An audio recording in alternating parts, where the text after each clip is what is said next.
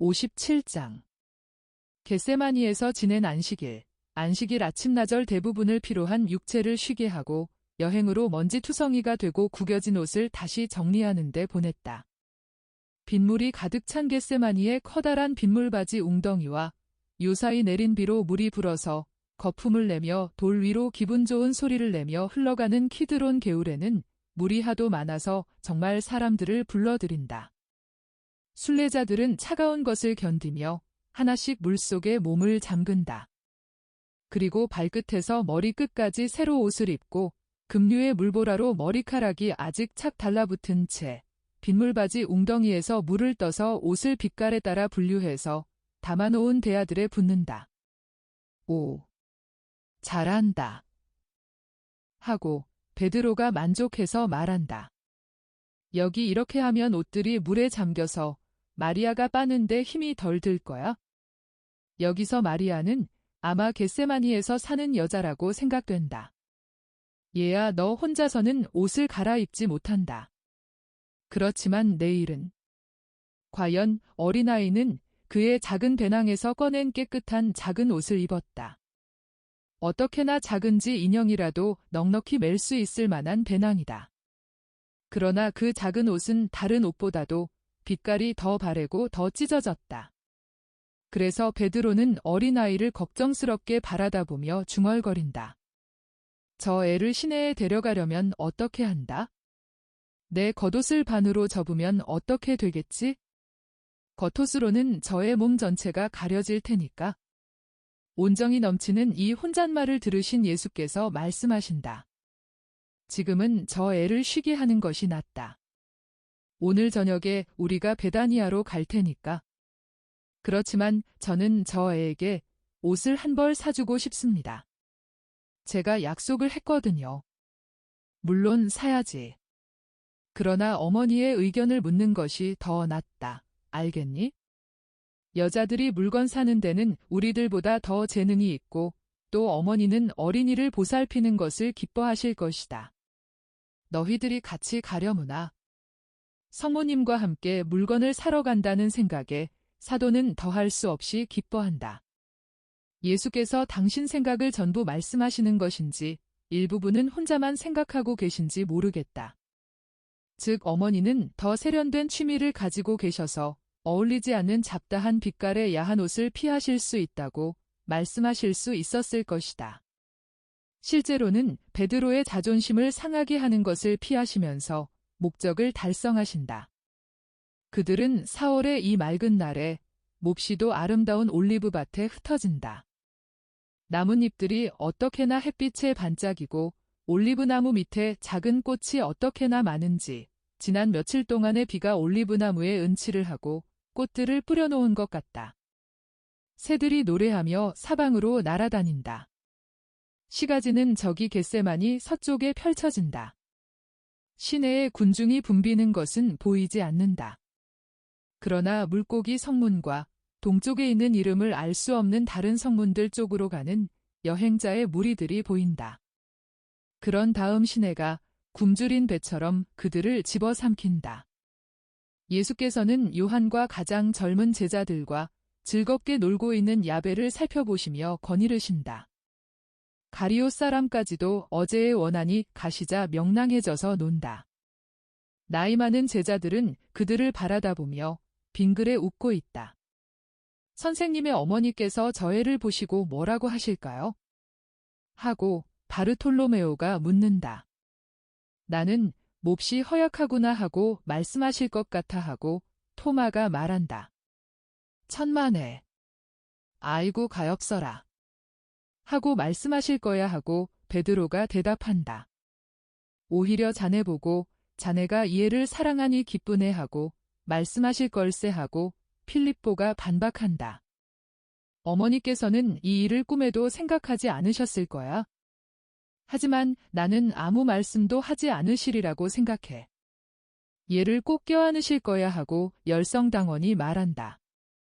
그럼 선생님은 어머니께서 무슨 말씀을 하시리라고 생각하십니까? 너희들이 말한 대로 하실 것이다.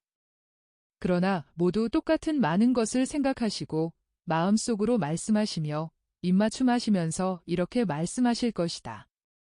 축복을 받거라. 그러면서 이 애가 둥지에서 떨어진 새인 것처럼 보살펴 주실 것이다. 들어들 보아라. 어느 날 어머니께서는 아주 어리셨을 때 있었던 사실을 이야기해 주셨다.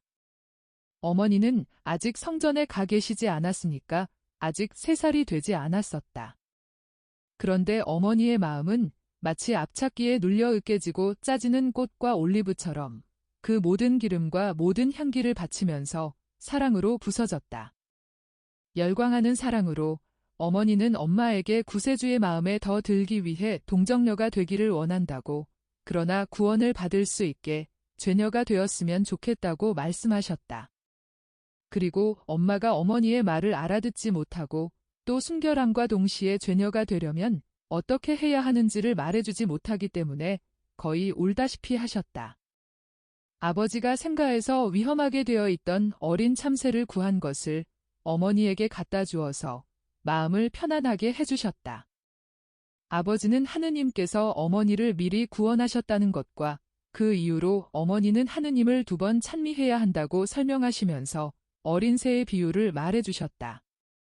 그래서 하느님의 작은 동정녀, 지극히 위대한 동정녀 마리아는 그 새 새끼에 대해서 최초의 모성다운 감정을 쏟으셨고 그 새가 날 수 있게 되었을 때 놓아주셨다. 그러나 그 참새는 나자렛의 정원을 절대로 떠나지 않고 마리아가 성전으로 떠난 다음 안나와 요아킴의 쓸쓸한 집과 쓸쓸한 마음을 날아다니는 것과 짹짹거림으로 위로했다. 그 참새는 안나가 마지막 숨을 거두기 조금 전에 죽었다. 제 사명을 다한 것이었다. 내 어머니는 사랑으로 동정의 몸을 바치셨었다. 그러나 완전한 인간이셨으므로 어머니는 피와 정신 속의 모성을 가지고 계셨다. 그것은 여자란 어머니가 되기로 되어 있고 여자가 2차적인 힘을 가진 사랑인 이 감정에 무감각하다는 것은 착오이기 때문이다. 다른 제자들도 아주 조용히 가까이 왔다. 선생님, 2차적인 힘을 가진 사랑에 대해서 말씀하신 것은 무슨 뜻입니까? 하고 유다 타데오가 묻는다. 여러 가지 힘을 가진 여러 가지 사랑이 있다. 1차적인 힘을 가진 사랑이 있다. 그것은 하느님께 드리는 사랑이다. 그리고 2차적인 힘을 가진 사랑이 있다. 모성애나 부성애가 그것이다. 그것은 첫째 사랑은 전적으로 영적인 것인데 둘째 사랑은 두 몫은 영적인 것이고 한 몫만은 육체적인 것이기 때문이다. 이 사랑에는 물론 인간적인 사랑의 감정이 섞이지만은 그래도 더 높은 사랑이 우세하다. 사실 건전하고 거룩한 부모가 되는 아버지와 어머니는 그들의 자식의 육체에만 양식과 애물을 주는 것으로 만족하지 않고 그의 영혼과 정신에도 양식과 사랑을 준다. 그런데 내 말이 틀림없는 사실이라는 것은 그저 어린아이들을 가르치는 일에만 몸바치는 사람도 끝내는 어린이들을 자기 자신의 혈육처럼 사랑하게 되는 것으로 알 수 있다. 사실 저는 제 생도들을 많이 사랑했습니다 하고 엔도르의 요한이 말한다. 나는 내가 야베에 대해서 어떻게 행동하는지를 보고 착한 선생일 것이라고 알아차렸다. 엔도르의 사람은 몸을 숙이고 말없이 예수의 손에 입맞춤한다. 사랑에 대한 선생님의 분류를 계속해 주십시오. 제발 하고 열성당원이 청한다. 아내에 대한 사랑이 있다. 이것은 3차적인 힘을 가진 사랑이다. 그것은 이 사랑이 반은 정신으로 이루어지고 반은 육체로 이루어졌기 때문이다. 나는 건전하고 거룩한 사랑을 말하는 것이다. 남자는 아내에게 대해서 남편인 것 외에 주인이고 아버지이다. 또 아내는 남편에 대해서 아내인 것 외에 천사이고 어머니이다. 이것이 가장 고상한 3가지 사랑이다. 그럼 이웃에 대한 사랑은요? 선생님 생각이 틀린 것 아닙니까? 그렇지 않으면 잊어버리셨던가요? 하고 가리옷 사람이 묻는다. 다른 제자들은 놀라서 그리고 그의 비판에 기분이 상해서 그를 바라다 본다. 그러나 예수께서는 침착하게 대답하신다. 아니다. 유다야. 그러나 자세히 생각해 보아라. 하느님은 하느님이시기 때문에 우리가 사랑한다. 그리고 이 사랑을 장려하기 위하여는 아무 설명도 필요치 않다. 하느님은 존재하시는 분, 즉 전부이시고 사람은 아무것도 아닌데 영원하신 분이 그에게 부어주신 영혼으로 전부의 일부분이 된다. 영혼이 없으면 사람은 땅에서나 물속에서나 공중에서 사는 짐승들 중에 하나일 것이다. 사람은 의무적으로 그리고 전부 안에 살아남는 자격을 얻기 위하여 하느님을 사랑해야 한다. 즉 하늘에서 하느님의 거룩한 백성의 한 사람, 영원히 모독과 파괴를 겪지 않을 예루살렘의 시민이 되는 자격을 얻기 위하여 하느님을 사랑해야 하는 것이다. 자녀에 대한 사람의 사랑, 특히 여자의 사랑은 계명의 가치가 있는 것이다.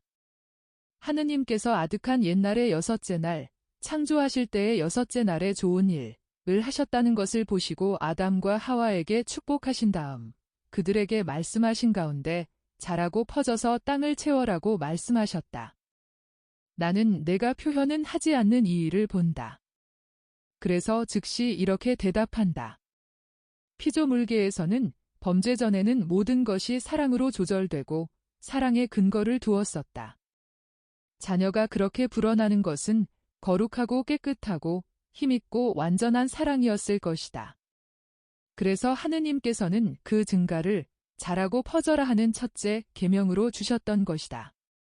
따라서 나 다음으로는 너희들의 자녀를 사랑하여라.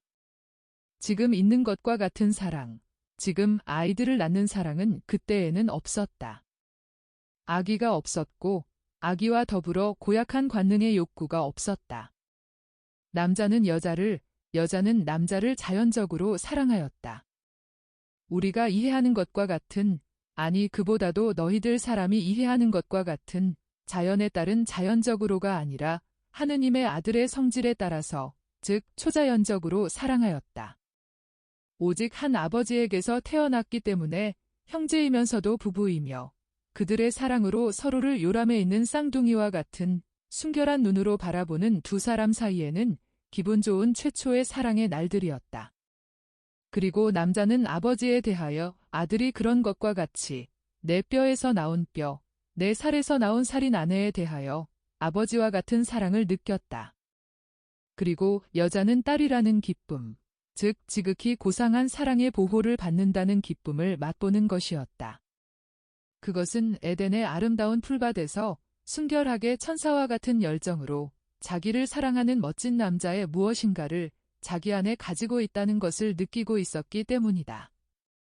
그런 다음 하느님께서 당신의 지극히 사랑하시는 어린 자녀들에게 미소를 지으시며 주신 계명의 질서 안에는 다만 하느님의 지능보다만 떨어지는 지능의 은총을 부여받은 아담 자신이, 그러므로 남자는 아버지와 어머니를 떠나 아내와 결합하여 둘이 한 몸이 될 것이다 하는 하느님의 생각의 결정을 표현하는 질서가 나타난다. 아담은 생각과 말에 꽃이 피기 시작하는 그의 정신의 깨끗한 거울에 선명하게 반영되는 하느님의 생각의 이 명령을 그의 아내에 대해서 또 아내를 통하여 모든 여자에 대해 말하면서 표현한 것이다. 내가 방금 말한 세 가지 사랑의 세 기둥이 없었더라면 이웃에 대한 사랑이 존재할 수 있었겠느냐? 그렇지 않다. 존재할 수 없었을 것이다. 하느님께 대한 사랑은 우리에게 하느님을 주고 사랑을 가르친다. 선하신 하느님을 사랑하지 않는 사람은 결점들을 가지고 있는 이웃을 틀림없이 사랑할 수 없다. 만일 세상에 부부의 사랑이 없고 부성이 없었더라면 이웃이 있을 수 없었을 것이다. 이웃이란 사람들의 자녀 총체로 이루어졌기 때문이다.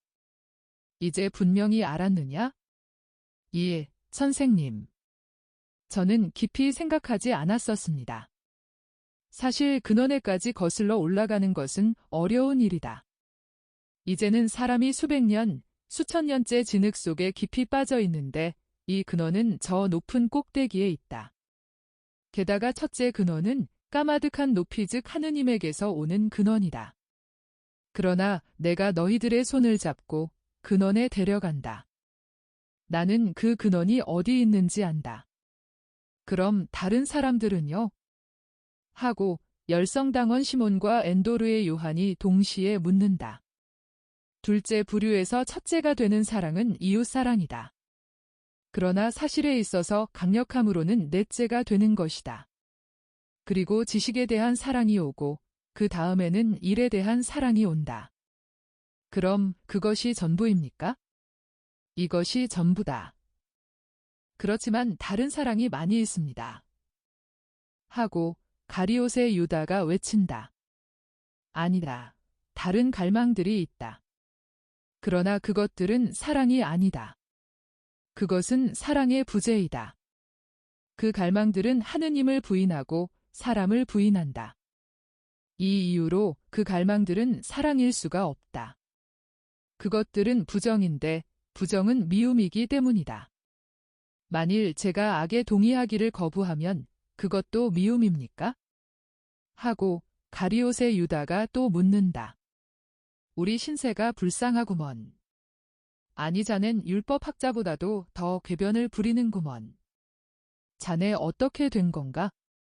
유다의 차가운 공기가 경련을 일으키듯 자네 신경을 흥분시키는 건가? 하고 베드로가 외친다. 아니야. 나는 배우기를 좋아하고 분명한 개념을 많이 가지기를 좋아해. 여기서는 마침 율법학자들과 말하기가 쉬운데 논거가 부족해서 쩔쩔매고 싶지는 않단 말이야. 그래 자네는 그 넝마들을 전부 집어 넣어둔 배낭에서 사람들이 요구하는 빛깔의 실부스러기를 적당한 때에 꺼내놓을 수 있다고 생각하나? 하고 베드로가 묻는다. 넝마라고 선생님의 말씀을? 자넨 하느님을 모독하는 말을 하는구먼. 분개하는 채 하지 마라. 선생님의 입에서 나올 때는 넝마가 아니지. 그렇지만 우리가 선생님의 말씀을 왜곡하고 나면 넝마가 된단 말이야. 오리가는 값진 아마포를 어린아이 손에 쥐어 주어보게. 얼마 안 가서 더럽고 찢어진 넝마가 되고 마네. 우리에게도 이런 일이 일어나는 거야? 이제는 넝마에 지나지 않고 그것도 더러운 넝마에 지나지 않는 자네에게 필요한 그 넝마를 적당한 때에 찾아내기를 바란다면? 자네가 그걸 가지고 어떻게 하겠는지 알지 못하겠네. 그런 건 생각할 필요 없어. 그건 내 일이니까? 오.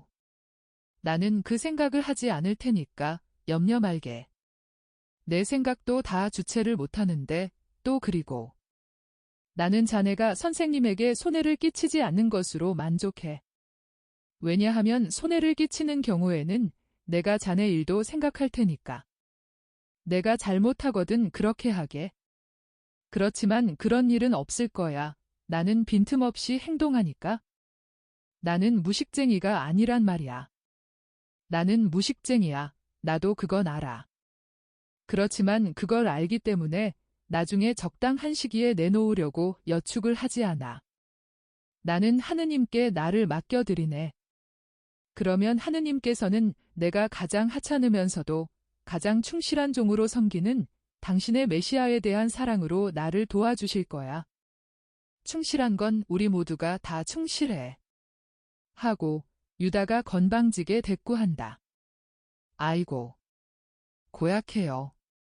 하고 야베가 조심스럽게 지키고 있던 침묵을 깨뜨리고 엄하게 말한다. 왜 제 아버지에게 무례한 행동을 하세요? 아버지는 나이가 많고 착하신데 아저씨는 그러면 안 돼요. 아저씨는 심술궂은 사람이야요. 저는 아저씨가 무서워요. 두 대 맞잇구먼. 하고 제베데오의 야고보가 안드레아를 팔꿈치로 쿡 찌르면서 가만히 말한다. 그는 조그맣게 말하였다. 그러나 가리옷 사람이 들었다. 보세요, 선생님, 막달라의 요 바보 같은 녀석이 말한 것이 기억에 남아 있습니다. 하고 유다는 분으로 얼굴이 새빨개져서 말한다. 아니, 성 잘 내는 어린 염소들 같이 되지 말고 선생님의 가르치심을 계속 듣는 것이 더 낫지 않겠어? 하고 평화를 사랑하는 토마가 묻는다. 그렇고 말고 하고 마테오가 외친다. 선생님, 어머니 말씀을 더해 주십시오. 어머니의 어린 시절은 대단히 빛납니다. 그 광택이 마음을 순결하게 만듭니다. 그런데 불쌍한 죄인인 저는 그것이 몹시 필요합니다. 무엇을 말해야 하겠느냐? 일화가 아주 많은데 모두가 하나같이 기분 좋은 것들이니 어머니께서 말씀해 주셨습니까? 몇 가지는. 그러나 요셉이 훨씬 더 많이 이야기해 주셨다. 내가 어린아이였을 적에 가장 아름다운 이야기를 해준 것이 그분이었다. 또 사라의 알페오도 이야기해 주었다. 알페오는 내 어머니보다 몇 살 위라 어머니가 나자렛에 계신 몇 해 동안 친구였었다. 아이고. 이야기해 주세요 하고 요한이 조른다. 제자들은 모두 올리브나무 그늘에 빙 둘러 앉아 있고 한가운데에는 마치 천국 이야기를 듣는 것처럼 예수를 똑바로 쳐다보고 있다. 어머니가 성전에 들어가시기 며칠 전에 그의 어린 친구와 다른 많은 사람에게 준 순결에 대한 교훈을 말해주마. 그날 사라의 친척인 나자렛의 어떤 처녀가 결혼을 했었다. 요아킴과 안나도 혼인잔치에 초대를 받았었다. 그분들과 같이 어린 마리아도 있었는데 다른 어린 아이들과 같이 신부가 걸어가는 길에 꽃잎들을 던지는 일을 맡았었다. 어머니는 어렸을 때 매우 아름다워서 신부의 즐거운 입장이 있은 다음 모든 사람이 서로 빼앗아 가려고 다투었다고 한다. 마리아는 언제나 자기의 약한 동굴이라고 부르는 작은 동굴을 다른 곳보다도 좋아하면서 집에서 지내는 때가 많았기 때문에 보기가 매우 어려웠었다. 그래서 금발이고 볼그레하고 귀여운 마리아를 사람들이 보면 귀찮을 정도로 쓰다듬어 주었다. 사람들은 마리아를 나자렛의 꽃이니 갈릴레아의 진주니 하고 부르기도 했고 마리아가 갓난아기의 첫 번 울음을 울 때에 갑자기 나타났던 커다란 무지개를 기억하고 하느님의 평화라고도 불렀다. 어머니는 사실 이 모든 것이셨고 지금도 역시 그러시며 한층 더 그러하시다. 하늘과 우주의 꽃이시고 천국의 진주이시며 하느님의 평화이시다. 그렇다, 평화이시다. 나는 아버지의 아들이고 마리아의 아들이기 때문에 평화를 사랑하며 무한한 평화, 감미로운 평화이다. 그날 모든 사람이 마리아에게 입맞춤을 하고 무릎에 올려놓고 싶어 했다. 그런데 마리아는 입맞춤을 접촉을 피하면서 귀여우면서도 진중하게 이렇게 말했다. 제발 나를 다치지 마셔요 하고. 사람들은 허리에 파란 띠를 맨 그의 아마포 옷과 가는 손목과 목 또는 굽슬굽슬한 머리를 제자리에 있게 하려고 안나가 씌워준 파란 꽃으로 만든 작은 꽃줄에 대해서 말하는 줄로 생각했었다. 그래서 그의 옷도 꽃줄도 구기지 않을 것이라고 안심시켰다. 그러나 3살 먹은 어린 여자인 마리아는 어른들이 빙 둘러 서 있는 가운데에서 진지한 태도로 이렇게 말했다. 나는 고칠 수 있는 것 가지고 말하는 게 아니에요. 내 영혼에 대해서 말하는 거지요. 내 영혼을 하느님의 것이니까 하느님께만 만지게 할래요. 그래서 사람들이 그렇지만 우리는 내게 입맞춤하는 것이지 내 영혼에 입맞춤하는 것이 아니다 하고 반박하면 이렇게 말했다. 내 몸은 내 영혼의 성전이고 이 성전의 사제는 성령이에요. 백성은 사제들의 구역 안에는 들어가지 못해요. 제발 하느님의 구역 안에 들어오지 마셔요. 마리아보다 8살 위이고 마리아를 대단히 좋아하던 알페오는 이 대답에 충격을 받았다. 이튿날 마리아가 그의 작은 동굴 곁에서 꽃을 따는데 골몰하고 있는 것을 보고 마리아야, 내가 크면 내게 시집 올래? 하고 물었다. 알페오에게는 그가 참석했던 혼인잔치의 흥분이 아직 남아 있었다. 그랬더니 마리아는 이렇게 대답했다. 나는 너를 많이 좋아한다. 그렇지만 너를 남자로 보지 않는다. 비밀 하나를 말해주마. 나는 사람들의 영혼만 봐. 나는 영혼을 진심으로 많이 사랑한다. 그렇지만 하느님 말고는 아무도 나를 바칠 수 있을 정말 살아있는 분으로 보지 않는다. 이것이 한 가지 일화다. 정말 살아있는 분이다. 아니, 이것이 심오한 말이라는 것을 아십니까? 하고 바르톨로메오가 외친다. 그러니까 예수께서는 겸손되이 그리고 미소를 지으시며 마리아는 지혜의 어머니였다 하고 말씀하신다. 마리아가 그랬습니까? 그렇지만 3살밖에 안 되었었는데요. 마리아는 지혜의 어머니였다. 나는 벌써 마리아 안에서 살고 있었다. 나는 마리아가 잉태되자마자 오직 한 분이고 지극히 완전한 삼위인 하느님으로 그의 안에 있었다. 그렇지만 죄 있는 제가 감히 말하는 것을 용서하십시오. 그렇지만 요아킴과 안나가 마리아가 선택된 동정녀라는 것을 알고 있었습니까? 알지 못했었다. 그러면 어떻게 요아킴이 하느님께서 마리아를 미리 구원하셨다고 말할 수 있었습니까? 그것이 원죄에 대한 마리아의 특근을 암시하는 것이 아닙니까? 그것은 하나의 암시이다. 그러나 요아킴은 모든 예언자가 그런 것과 같이 하느님의 입으로 말하는 것이었다. 요아킴은 이러한 아버지가 될 자격이 있을 만큼 의인이었고 또 겸손한 사람이었기 때문에 성령께서 그의 입술에 놓아주신 초자연적인 숭고한 진리를 그도 깨닫지 못했다. 과연 교만이 있는 곳에는 의덕이 없다. 그러나 요아킴은 의인이고 겸손한 사람이었다. 요아킴은 그의 부성애로 딸을 위로하였다. 그는 사제의 지식으로 딸을 가르쳤다. 그는 하느님의 계약의 궤의 보호자로서 사제와 같은 사람이었기 때문이다. 요아킴은 대사제와 같이 티없는 여자라는 가장 기분 좋은 칭호로 딸을 봉헌하였다. 백발의 다른 대사제가 세상 사람들에게 마리아는 원죄 없이 잉태되신 분이라고 말하고 이 진리를 의심할 점이 없는 믿을 교리로 믿는 이들의 세계에 주어서 이단과 악습의 흐린 회색 풍경 속으로 점점 더 깊이 빠져 들어가는 그때 세상에 별로 장식된 왕관을 쓰고 자기보다는 덜 깨끗한 달빛에 둘러싸이고 천체들에 의지한 하느님의 지극히 아름다운 여인이 아주 환히 드러나 찬란히 빛나게 할 날이 올 것이다. 마리아는 창조된 이와 창조되지 않은 이의 여왕이다.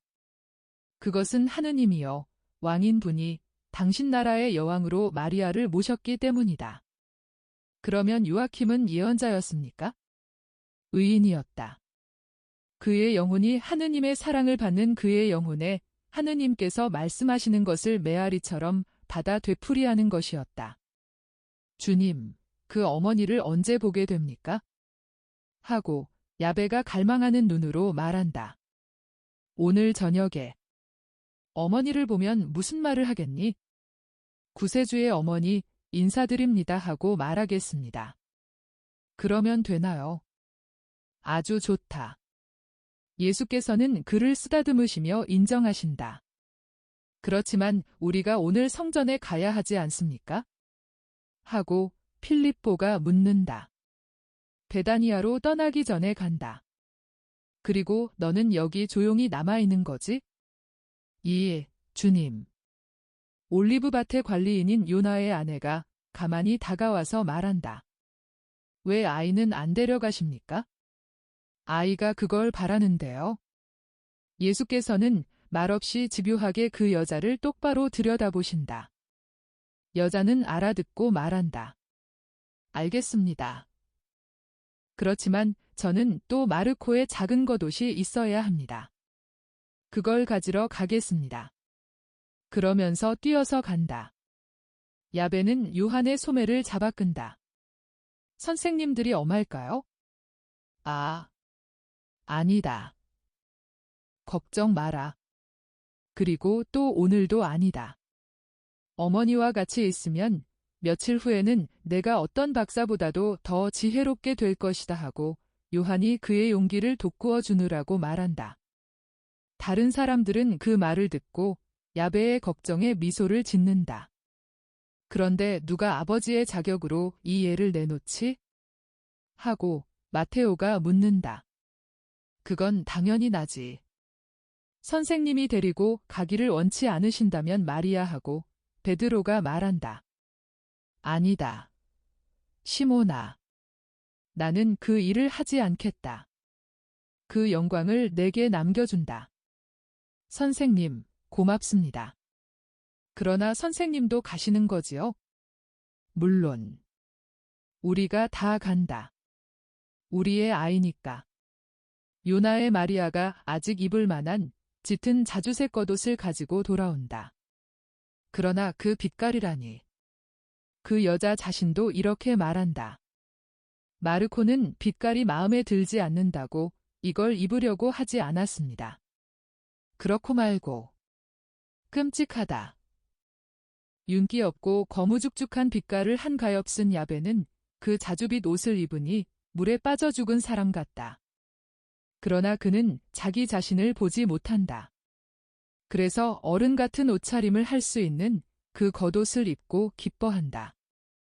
식사가 다 준비되었습니다. 선생님. 하녀가 어린 양을 벌써 쇠꼬챙이에서 했습니다. 그러면 가자. 그래서 그들은 있던 자리에서 내려와 식사를 하려고 부엌으로 들어간다. 58장. 봉헌하는 시간에 성전에서 베드로는 아버지의 자격으로 야베의 손을 잡고 성전 경내로 들어올 때 정말 엄숙하다. 어떻게나 몸을 꼿꼿이 가누고 걷는지 키가 더 커 보이기까지 한다.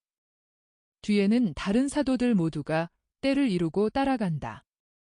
예수께서는 성전에 들어오는 것을 부끄러워하는 것 같은 렌도르의 요한과 밀도 있는 토론을 하시느라고 맨 뒤에 오신다. 베드로는 그의 피부 호자에게 묻는다. 너는 여기 와본 적이 없니? 그러니까 그 아이는 대답한다. 아버지, 내가 태어났을 적에 왔어요. 그렇지만 기억이 안 나요. 그러니까 베드로는 기꺼이 웃는다. 베드로가 그 말을 동료들에게 되풀이하니까 그들도 솔직하게 또는 교활하게 이렇게 말하면서 웃는다. 너는 아마 자고 있었던 모양이지. 그래서. 또는 우리도 모두 너와 같아. 우리가 났을 때 여기 온 건 기억이 나지 않아.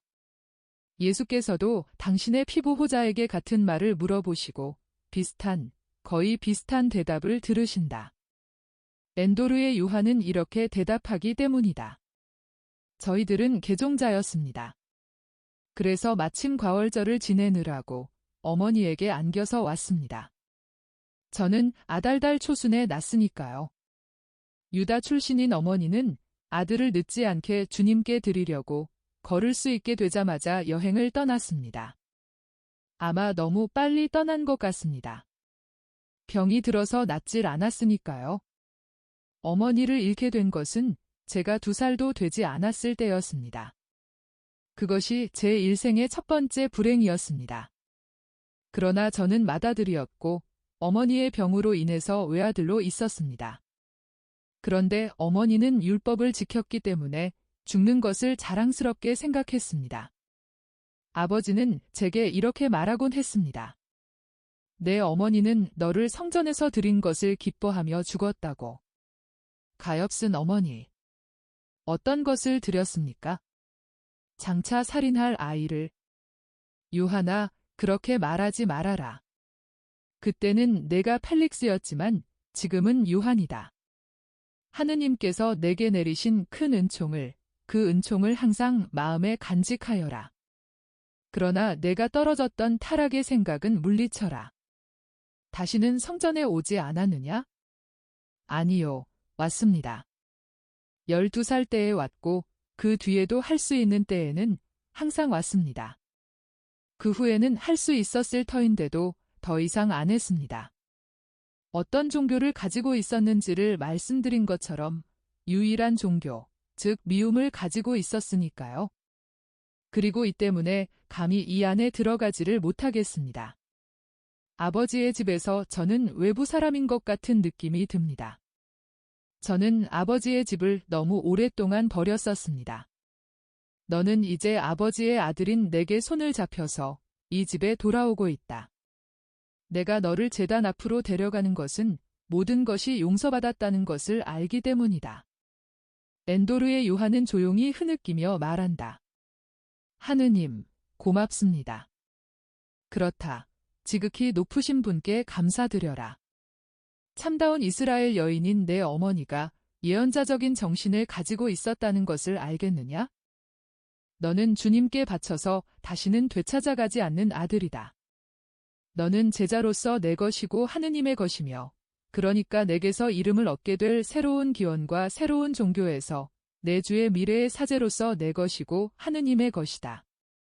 요한아, 나는 내게 모든 것을 사해준다. 차분한 마음으로 성소를 향해 나아가라. 분명히 말하지만 경내에 사는 사람들 가운데에는 너보다 훨씬 더 죄가 많고 제단에 가까이 갈 자격이 너보다 더 없는 사람이 많이 있다. 이동안 베드로는 성전에서 가장 주목할 만한 것들을 어린아이에게 설명하느라고 애쓴다. 그러나 도와달라고 더 학식이 많은 다른 사람들, 특히 바르톨로메오와 시몬을 부른다. 가장 나이 많은 사람과 같이 있어야 아버지의 자격으로 마음이 편하기 때문이다. 그들이 헌금을 하려고 헌금궤 옆에 있는데 아리마테아의 요셉이 그들을 부른다. 당신들이 여기 와 있군요. 언제부터? 요셉은 인사를 나눈 다음에 이렇게 말한다. 어제 저녁부터요. 선생님은 저기 세 제자와 같이 계신데 곧 오실 것입니다. 요셉이 어린아이를 보면서 베드로에게 묻는다. 조카입니까? 아니. 그렇습니다. 요컨대 혈육으로는 아무것도 아니고 믿음으로는 관계가 많이 있고 사랑으로는 전부입니다. 무슨 말인지 못 알아듣겠는데요. 얘는 어린 고아입니다. 그러니까 혈육으로 관계가 없습니다. 제자이니까 믿음으로는 관계가 많고요. 아들이니까 사랑으로는 전부입니다. 선생님이 이 애를 거두어 주셨습니다. 그리고 나는 이 애를 애무하고요. 며칠 안에 성일례를 합니다. 벌써 12살입니까? 그렇게 작은데? 아, 그래요. 그렇지만 선생님이 말씀해 주실 것입니다. 요셉, 당신은 착한 분이지요. 여기서는 몇 안 되는 착한 사람들 중에 한 분이지요. 이거 보세요. 이 일에 나를 도와줄 수 있겠습니까? 아시겠어요. 내가 이 아이를 내 아들이라고 내놓을 것입니다. 그러나 나는 갈릴레아 사람이고 고약한 문둥병을 가지고 있어요. 문둥병을 하고 외치며 요셉은 놀라서 물러선다. 겁내지 마세요. 나는 예수께 속해 있다는 문둥병을 가지고 있습니다. 몇몇 예외를 빼놓고는 성전 사람들에게는 가장 추악한 문둥병이지요. 아닙니다. 그렇게 말하지 마시오. 이것은 진실입니다. 그래서 말해야 합니다. 그래서 그들이 나와 예수님 때문에 이 어린아이에 대해서 엄하게 굴까봐 걱정이 됩니다. 그리고 또 이 아이가 율법과 할라시아, 하가다, 메드라시오 따위를 얼마나 아는지 모르겠어요. 예수께서는 이 애가 넉넉히 알고 있다고 말씀하시지만요. 아, 예수께서 그렇게 말씀하시면 겁내지 마시오. 그렇지만 저 사람들이 나를 괴롭히기 위해서 이 아이를 대단히 사랑하는군요. 애를 늘 데리고 있을 겁니까? 그렇게는 못합니다. 나는 밤낮 걸어 다니는데 얘는 작고 허약해서. 그렇지만 나는 아버지와 기꺼이 같이 다니겠어요 하고 요셉의 애무로 자신이 생긴 야베가 말한다. 베드로는 몹시 기뻐한다. 그러나 이렇게 말한다. 선생님은 그렇게 해서는 안 된다고 말씀하신다. 그래서 그렇게 하지 않을 것이다. 그래도 어떻게 할 수 있는지 보자. 요셉, 나를 도와주시겠지요? 물론이지요. 내가 당신과 같이 가지요. 내 앞에서는 그들이 부정한 행위는 못할 것입니다. 언제입니까? 아이고. 선생님. 축복을 주십시오. 요셉, 당신에게 평화가 있기를 만나게 되어서 반갑습니다. 그것도 이렇게 건강하게. 선생님, 저도 그렇습니다. 제 친구들도 선생님을 기꺼이 뵐 것입니다. 겟세마니에 계십니까? 거기 있었지요. 그러나 기도가 끝나면 베다니아로 갑니다. 라자로의 집에요? 아니요, 시몬의 집으로 갑니다. 내 어머니도 계시고 내 사촌들의 어머니와 요한과 야고보의 어머니도 있습니다. 나를 보러 오시겠습니까? 그걸 물어보십니까? 저로서는 큰 기쁨이고 큰 영광입니다. 여러 친구들과 같이 가겠습니다. 요셉, 친구들하고는 신중히 행동하시오 하고 열성당원 시몬이 충고한다. 5. 당신도 그들을 벌써 알고 있어요. 용의주도함은 공기도 듣지 못하게 하라고 말하지요. 그러나 당신이 그들을 보면 그들이 친구들이라는 것을 알게 될 겁니다. 그렇다면 선생님, 요나의 시몬이 이 어린아이의 의식에 대해서 말을 했습니다. 선생님이 언제 그 의식을 행할 생각이신지 물어보고 있는데 선생님이 오셨습니다. 저도 그 의식에 참여하겠습니다. 과월절 전 수요일입니다. 나는 이 아이가 율법의 아들로 과월절을 지내기를 원합니다. 좋습니다. 약속했습니다. 베다니아로 모시러 가겠습니다. 하지만 월요일에 친구들과 같이 가겠습니다. 좋습니다. 선생님, 그럼 가보겠습니다. 평화가 선생님과 함께 있기를 바랍니다. 지금은 향 올리는 시간입니다. 잘 가시오, 요셉. 평화가 당신과 함께 있기를. 야베야, 오너라. 지금이 하루 중에 제일 엄숙한 시간이다. 같은 종류의 시간이 아침에도 또 하나 있다. 그러나 지금 시간이 한층 더 엄숙하다. 아침을 하루의 시작이다. 그래서 사람이 하루 동안 모든 일에 하느님의 축복을 얻기 위하여 주님을 찬미하는 것이 좋은 일이다. 그러나 저녁은 한층 더 엄숙하다. 빛이 멀어져 가고 일이 중단되고 밤이 온다. 멀어져 가는 빛은 우리에게 악에 떨어지는 것을 상기시킨다. 또 실제로 나쁜 행동이 보통 밤에 생긴다. 왜? 사람이 일에 골몰하지 않기 때문이다. 유혹과 악몽을 보내는 마귀에게 둘러싸이기가 더 쉽게 된다. 그러므로 하루 동안 보호해 주신 데 대하여 하느님께 감사를 드린 후 우리에게서 밤의 환상과 유혹들을 멀리해 주십사 하고 하느님께 간청하는 것이 좋다. 밤과 잠은 죽음의 상징이다. 그러나 주님의 축복과 더불어 살고서 어두움 속이 아니라 빛나는 새벽빛 속에 잠드는 사람들은 행복하다. 향을 드리는 사제는 그것을 우리 모두의 이름으로 한다. 사제는 하느님과 일치하는 가운데 모든 백성을 위하여 기도하고 하느님께서는 당신 자녀들의 백성에 대한 강복을 사제에게 맡기신다. 사제의 성직이 얼마나 위대한지 알겠느냐? 저는 사제가 되면 좋겠습니다. 그러면 엄마에게 더 가까이 있는 것 같을 것입니다.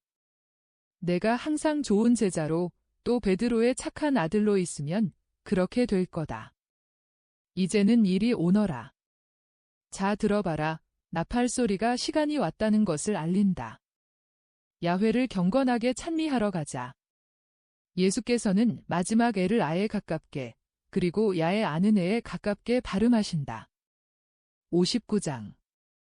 예수께서 베다니아에서 어머니를 만나시다. 올리브 동산의 푸른 지맥이 베다니아의 들에까지 이른다고도 말할 수 있는 올리브 동산을 베다니아와 연결하는 그늘진 길로 예수께서 제자들과 같이 라자로의 도시까지 빨리 걸어가신다. 아직 시내에 들어가지 않으셨는데 사람들은 그분을 알아보고 자발적인 사자들이 사방으로 흩어져 예수께서 오시는 것을 알린다.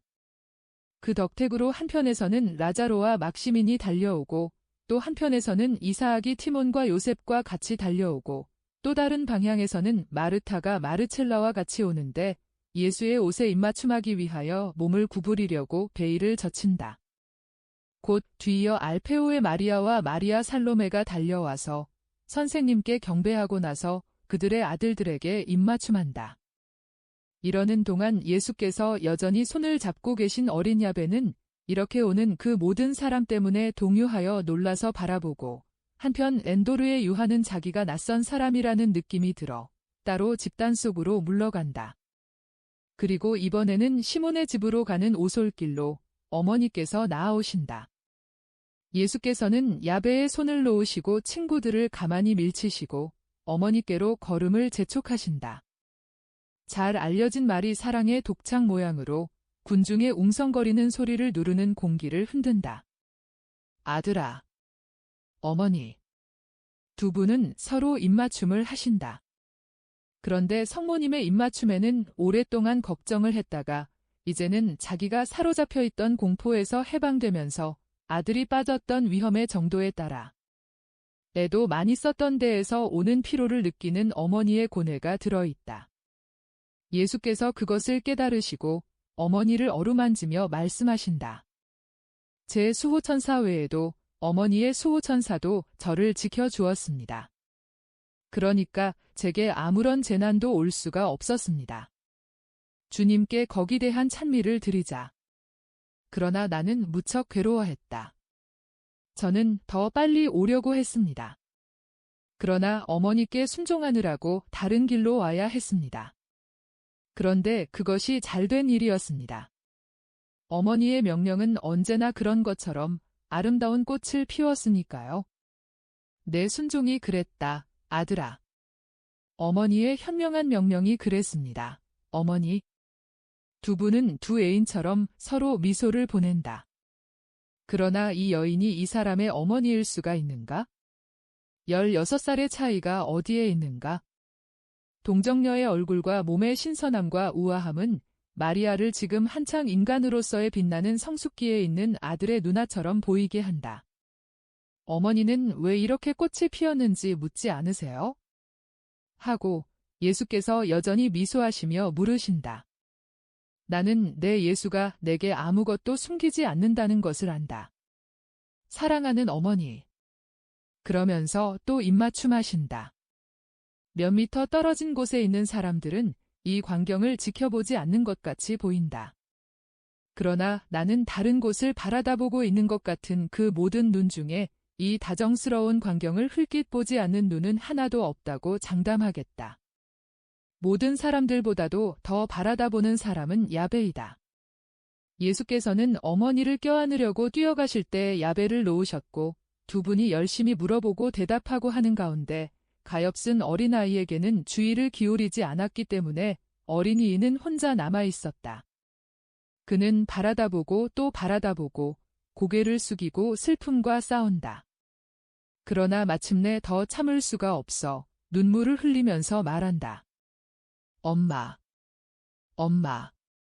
예수와 성모님을 위시하여 모두가 돌아보며 모두가 거기 대한 대책을 세우려고 애쓰거나 저 아이가 누구인가 하고 의아해한다. 같이 있었던 알페오의 마리아가 달려오고 베드로도 달려온다. 그러면서 둘이 다 이렇게 말한다. 너 왜 우니? 그러나 야베가 큰 슬픔 가운데에서 숨을 돌려 말을 할 수 있기 전에 성모님이 달려오셔서 안아주시며 말씀하신다. 오냐, 내 어린 거사, 엄마다. 울지 말아라.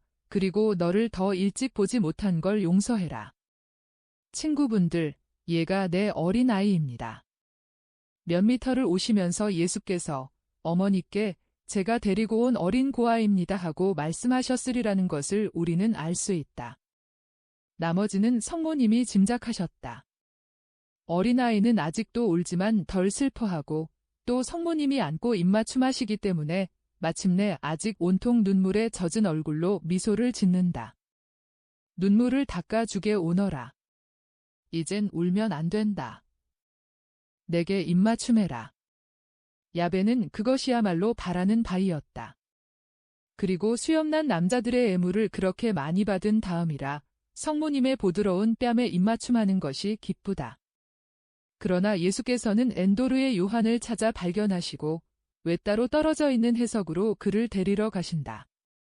사도들이 성모님께 인사하는 동안 예수께서는 엔도르의 요한의 손을 잡고 어머니께 오셔서 말씀하신다.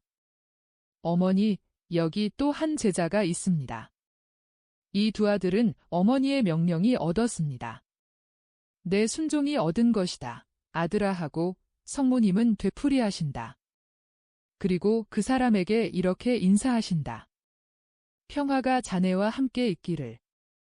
가리옷 사람의 변덕으로 인하여 예수께서 엔도르에 가시게 되었던 그날 아침부터 벌써 많이 변하였던 엔도르의 사람, 거칠고 불안하던 그 사람이 성모님 앞에 절을 하고 있는 동안에 그의 과거를 완전히 버리고야 만다.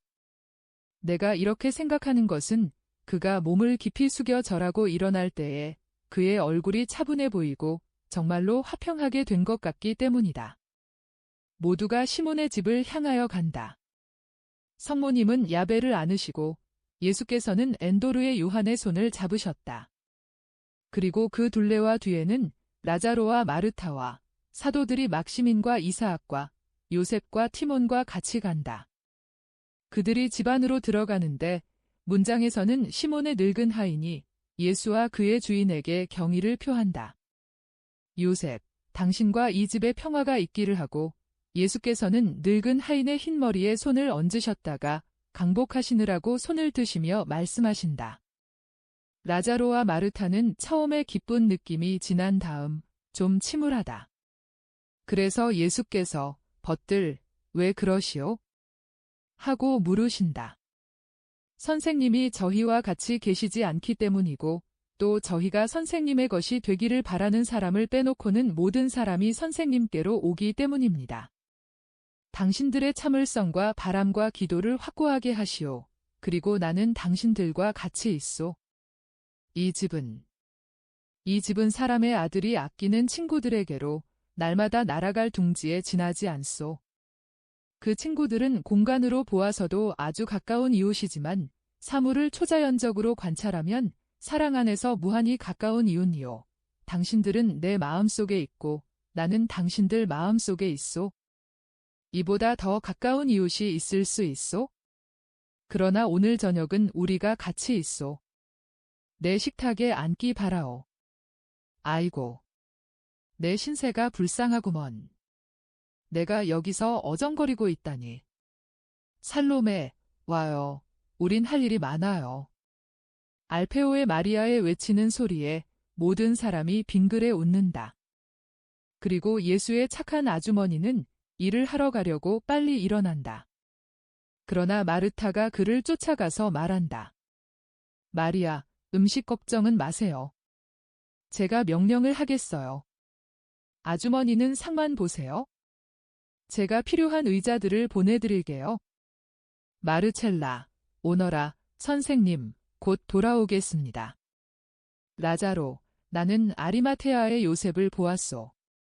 친구들과 월요일에 온다고 했소. 오. 그러면 그날은 선생님이 제 차지가 되시는군요. 그렇소. 요셉은 함께 있으려고 오는 것이고 또 야베에 관한 의식 문제를 결정하려고 오는 것이오. 요한아, 아이를 옥상으로 데려가거라. 거기서 재미있게 놀 것이다. 항상 순종 잘하는 요한은 즉시 자리에서 일어난다. 그리고 얼마 안 있어 어린아이의 귀여운 짓거림과 그의 작은 발소리가 집을 둘러싸고 있는 옥상에서 들려온다. 어린아이는 하고 예수께서는 어머니와 친구들과 여자들에게 설명하신다.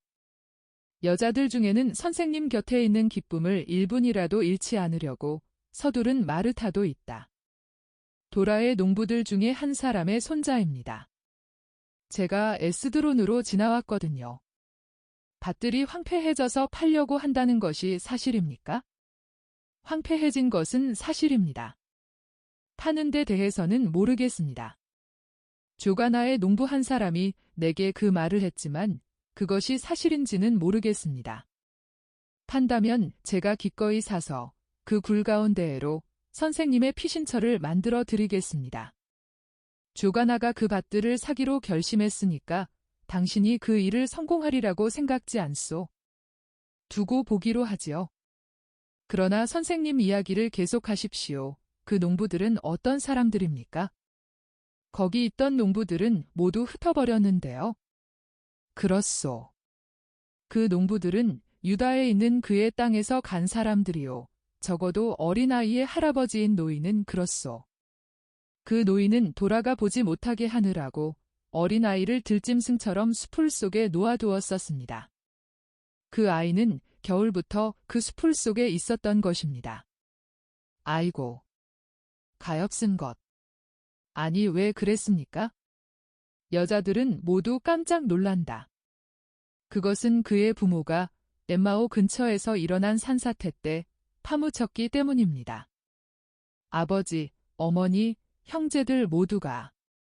저 아이는 집에 없었기 때문에 죽음을 면한 것입니다.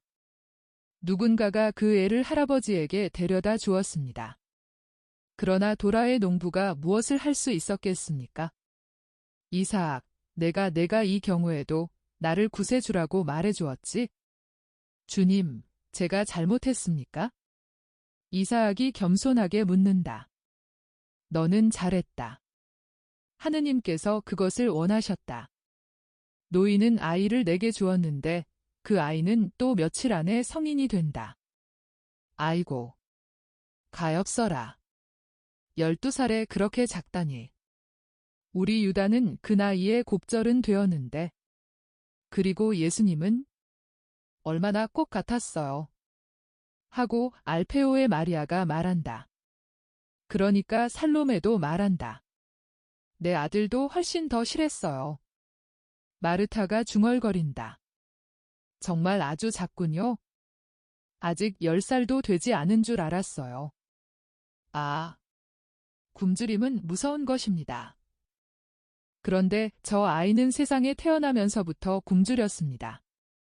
또 지금은 또 저기서는 모든 사람이 굶어서 죽어가는데 노인이 저 애한테 뭘 줄 수가 있었겠어요? 하고 베드로가 말한다. 그래요. 저 아이는 많은 괴로움을 겪었어요. 그러나 매우 착하고 영리합니다. 나는 노인과 어린아이를 위로하려고 저 아이를 데려왔습니다. 선생님이 저 아이를 양자를 삼으십니까? 하고 라자로가 묻는다.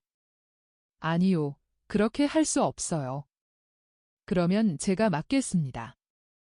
베드로는 자기의 희망이 사라지는 것을 보고 진짜 탄식을 하며 말한다. 주님, 모든 것이 라자로 것입니까? 예수께서는 빙그레 웃으신다. 라자로, 당신은 벌써 많은 일을 했소? 그래서 감사하오. 그러나 저 아이는 당신에게 맡길 수가 없소. 저 아이는 우리 아이요. 우리 모두의 사도들과 선생의 기쁨이요. 그뿐 아니라 저 아이가 여기 있으면 호사하며 자라게 될 것이요. 그러나 나는 저 아이에게 내 왕의 겉옷을, 즉 정직한 가난을 선물로 주고자 하오. 아무에게도 자존심을 상하지 않게 하면서 가장 큰 불행을 가까이 하기 위해 사람의 아들이 자기 자신을 위하여 가지고자 하는 가난을 말이오. 당신은 최근에도 내게서 선물을 받았지요. 아, 예. 노인장과 그 딸을요. 여인은 매우 부지런하고 노인은 매우 착합니다. 지금 어디들 있소? 어떤 곳에 있느냐는 말이오. 그야 여기 베다니아에 있지요. 선생님이 보내주신 축복을 제가 멀리하려고 했으리라고 생각하십니까? 여인은 아마포 길쌈을 합니다. 이 일에는 날렵하고 숙련된 손이 필요합니다. 노인도 꼭 일을 하겠다고 해서 벌통을 돌보게 했습니다. 어제 마르타야, 그렇지. 어제 그분의 긴 수염이 온통 황금빛이었습니다. 벌들이 분봉하면서 모두 그 수염에 달라붙었던 것입니다. 그랬더니 노인은 딸들에게 말을 하듯이 벌들에게 말을 했습니다. 노인은 행복합니다. 그럴 테지요. 당신이 축복받기 바라오 하고 예수께서 말씀하신다. 고맙습니다. 선생님. 그러나 저 아이에게는 비용이 들 텐데요. 그것만이라도 허락해 주시겠습니까? 나는 그의 명절빔 생각을 하고 있는데요 하고 베드로가 외친다. 모두가 그의 충동적 성격 때문에 웃는다. 좋습니다. 그러나 저 애는 다른 옷들도 필요할 것입니다. 시몬, 친절을 베푸시오. 나도 아이가 없소. 마르타와 내가 그 애에게 작은 옷들을 해주는 것으로 위로를 받게 해주시오. 이런 간청을 받자 베드로는 이내 감동한다. 다른 옷들은 좋습니다. 그러나 수요일에 입을 옷은 내가 책임집니다. 선생님이 내게 약속하셨습니다. 그리고 내일 어머니를 모시고 그 옷을 사러 가라고 말씀하셨습니다. 베드로는 자기에게 불리하게 어떤 변경이 있을까 봐 염려해서 이 모든 말을 주워 섬긴다. 예수께서는 빙그레 웃으시며 말씀하신다. 그렇습니다. 어머니. 내일 시몬하고 같이 가 주셔요. 그렇지 않으면 이 사람이 극도로 불안해서 못 견딜 것입니다. 옷을 고르는데 조언을 해주셔요. 저는 빨간 옷에 푸른 띠라고 말했습니다. 그것이 썩 잘 어울릴 것입니다. 그 애가 지금 입고 있는 옷 빛깔보다 나을 것입니다. 빨간 옷이 잘 어울릴 거야 하고 성모님이 조용히 말씀하신다. 예수도 빨간 옷을 입었는데 그렇지만 빨간 옷에는 빨간 허리띠나 적어도 빨간색으로 술을 놓은 허리띠가 더 나을 것 같은데 제가 이 제안을 한 것은 갈색 머리인 유다가 붉은 옷에 푸른 띠를 메고 있는 것이 썩 잘 어울리는 것을 보기 때문입니다. 하지만 이것들은 푸른 빛깔이 아니야, 이 사람아. 하고 가리웃 사람이 웃으면서 말한다. 아니라고? 그럼 무슨 빛깔이야? 이 빛깔은 마소의 무늬 빛깔이라고 부르는 거야? 내가 그걸 어떻게 알아? 내게는 푸르게 보이는 걸 그 빛깔은 나뭇잎에서도 보았단 말이야. 지극히 거룩하신 성모님이 친절하게 개입하신다. 시몬의 말이 맞네. 그것은 티슈리달의 첫 번 비를 맞을 때 나뭇잎이 띠는 빛깔과 꼭 같은 빛깔이네. 자, 봐. 나뭇잎이 푸른 빛깔이니까 허리띠가 푸른 빛깔이라고 했지 하고. 베드로가 만족해서 결론을 내린다. 마음이 그윽한 성모님은 이 작은 점에서까지도 평화와 기쁨을 마련해 주셨다. 어린 아이를 부르게 하고 성모님이 부탁하신다. 그러자 어린 아이가 즉시 요한과 같이 온다. 이름이 뭐냐? 하고 성모님이 그를 쓰다듬어 주시며 물으신다. 야베라고 합니다. 지금까지 야베라고 했습니다. 그렇지만 이제는 이름을 기다리고 있습니다. 이름을 기다린다고? 이 야베는 내가 너를 구해 주었다는 것을 뜻하는 이름을 원합니다. 어머니가 찾아보세요. 사랑과 구원의 이름을. 성모님은 곰곰이 생각하신다. 그리고 말씀하신다. 마르지암, 마르지암. 너는 예수가 구원한 사람들의 바다에 있는 작은 물방울이다. 이 이름이 마음에 드니? 이 이름은 구원 외에도 나도 생각나게 한다. 그 이름은 대단히 아름답습니다 하고 어린아이는 만족해서 말한다. 그러나 그것은 여자 이름이 아닙니까? 하고 바르톨로메오가 묻는다. 이 물방울 같은 아이가 어른이 되었을 때 미음 대신 리을을 쓰면 이 아이의 이름을 남자의 이름으로 바꿀 수 있을 것이다. 지금은 이 아이가 어머니께서 주신 이름을 가진다. 아이는 예 하고 말하고 성모님은 그를 쓰다듬어 주신다. 알페오의 마리아가 성모님을 부른다. 이건 훌륭한 모직이에요 하고 야베의 겉옷을 만지며 말한다. 그렇지만 색깔이 너무해요. 어떻게 생각해요? 나는 아주 진한 빨강으로 물들여 주겠어요. 그게 좋을 거예요. 내일 이 아이가 새 옷을 입을 터이니까 내일 저녁에 그렇게 합시다. 지금은 이 아이 옷을 벗길 수가 없어요. 마르타가 아이에게 말한다. 얘야, 나를 따라오겠니? 바로 가까이에 데려가서 많은 것을 보여줄게. 그리고 다시 오자. 야베는 거절하지 않는다. 그는 결코 아무것도 거절하는 일이 없다. 그러나 모르다시피 한 여자를 따라가는 것에 좀 겁을 먹은 것 같다. 그는 수줍어하며 귀엽게 말한다. 요한 아저씨가 나하고 같이 가도 돼요? 그럼. 그들은 간다. 그리고 그들이 없는 동안 여러 집단 사이에 이야기가 계속된다. 이야기, 논평, 사람들의 박정에 대한 탄식 따위. 이사학은 세례자에 대하여 알 수 있었던 것을 이야기한다. 어떤 사람들은 세례자가 마케론테에 있다고 말하고 다른 사람들은 티베리아에 있다고 말한다. 제자들은 아직 돌아오지 않았다. 그러나 제자들이 그를 따라가지 않았느냐? 따라갔습니다. 그러나 세례자를 잡은 자들이 드고아 근처에서 그들이 잡은 세례자를 데리고 강을 건너갔습니다. 그런데 그들이 호수 쪽으로 올라갔는지 마케론테로 내려왔는지 알지 못합니다. 요한과 마티아와 시메온이 사정을 알아보려고 헤어졌는데 분명히 세례자를 버리지는 않을 것입니다. 그리고 이사악, 너도 이 세 제자를 버리지 않겠지? 지금은 이 사람이 나와 같이 있다. 나는 이 사람이 나와 함께 과월절을 지내기를 원한다. 저도 과월절을 예루살렘에서 요한나의 집에서 지냅니다. 요한나가 저를 보았는데 저와 제 동료들을 위해서 방 하나를 내주었습니다. 그들이 올해에는 모두 올 것입니다. 그리고 저희들은 요나타와 함께 있을 것입니다. 리반산의 동료들도? 그 사람들도요. 그렇지만 요한의 제자들은 아마 오지 못할 것입니다. 조가나의 농부들도 오는데 너도 아느냐? 정말입니까? 저는 문에 제물을 바치는 사제들 곁에 있겠습니다. 저는 그 사람들을 보고 데려오겠습니다.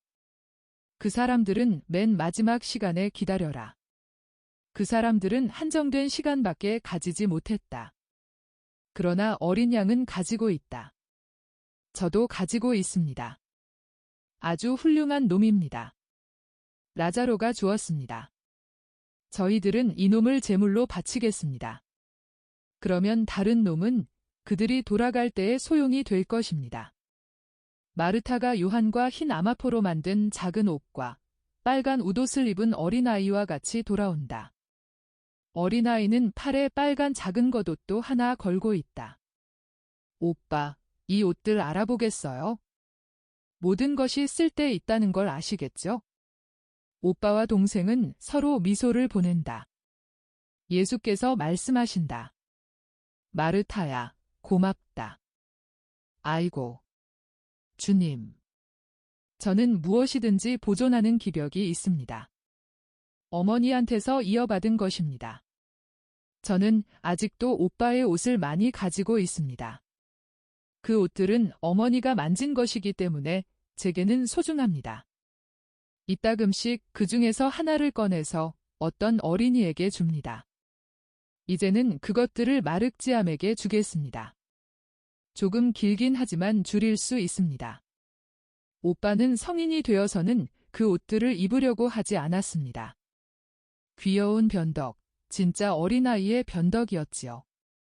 그런데 어머니는 오빠를 무척 사랑하셨기 때문에 오빠한테 졌습니다.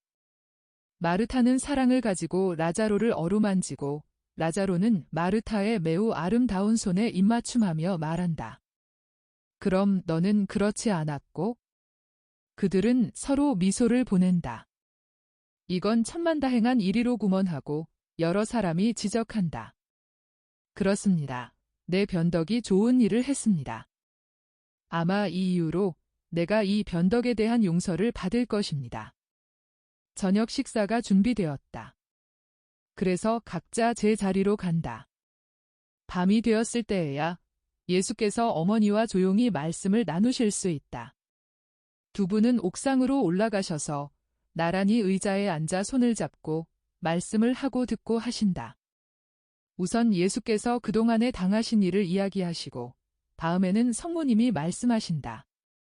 아들아, 내가 떠난 다음이네 한 여자가 나를 찾아왔다. 너를 찾더구나. 대단히 비참한 사람이고 대단히 큰 구속이더라. 그러나 그 여자가 그의 결심을 잘 지키려면 내 용서가 필요하다. 나는 그 여자를 수산나에게 맡기면서 내가 고쳐준 여자라고 말했다.